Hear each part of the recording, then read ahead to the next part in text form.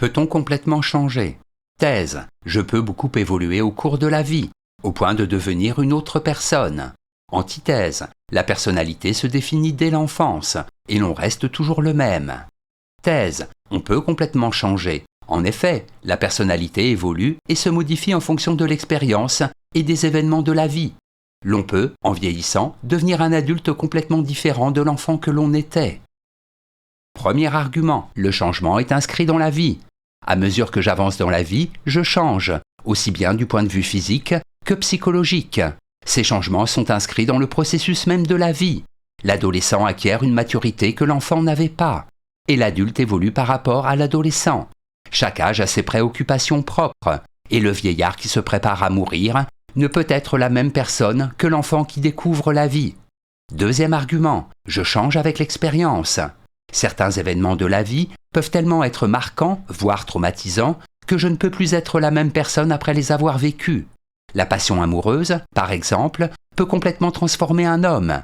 Celui qui survit à une maladie grave ou à un accident aura une toute autre attitude devant la vie que lorsqu'il était bien portant.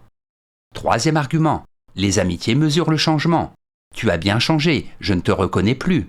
Chacun de nous a eu le loisir d'entendre ces mots dans la bouche d'un vieil ami. Les amitiés sont un bon baromètre pour mesurer l'évolution de la personnalité.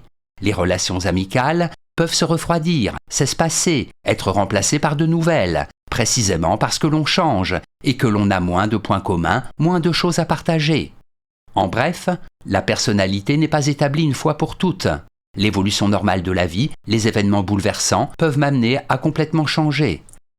Antithèse. On ne peut pas complètement changer. En effet, en dépit de mon évolution, le noyau de ma personnalité reste le même. Le moi que j'étais enfant m'accompagne tout au long de ma vie. Les expériences fortes ne font que révéler des traits de caractère qui étaient déjà là, virtuellement en moi. Premier argument, il y a une unité du moi. Malgré la maturation psychologique inhérente à la vie, le moi est une entité stable qui m'accompagne de la naissance à la mort. C'est ce qui fait que, même adulte ou âgé, je me souviens de l'enfant que j'étais sans avoir le sentiment d'être un autre.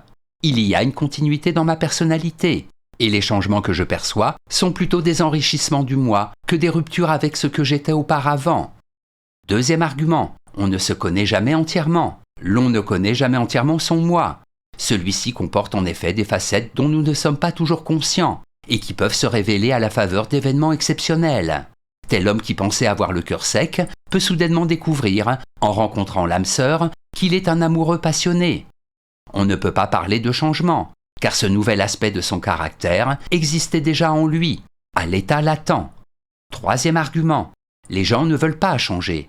Le désir est l'effort par lequel l'homme s'efforce de persévérer dans son être, dit Spinoza dans l'Éthique. La tendance naturelle de l'homme est de ne pas vouloir changer, et d'éviter de vivre des choses qui pourraient bouleverser l'idée que l'on se fait de soi-même. La plupart des gens, en effet, n'aiment pas se remettre en cause. En bref, l'on est toujours soi-même, il est impossible de changer de personnalité, et la plupart des gens préfèrent ne pas modifier leur manière d'être. Conclusion. À mesure que nous vieillissons, nous changeons.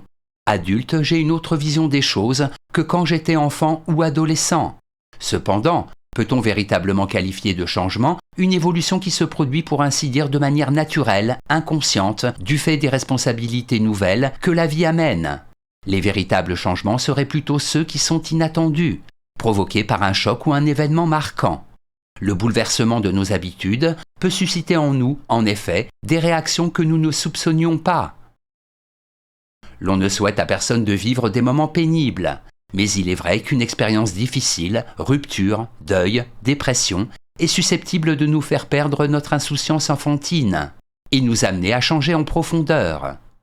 Il est vrai aussi que certaines expériences, positives cette fois, comme celle de la passion, peuvent avoir le même résultat. Note et commentaire. Personnalité désigne les traits psychologiques qui différencient une personne de toutes les autres. Caractère, à peu près synonyme de personnalité. Le caractère désigne plus précisément la manière d'agir et de réagir d'une personne. Citation. Le tout est de changer. Colette, Mes apprentissages.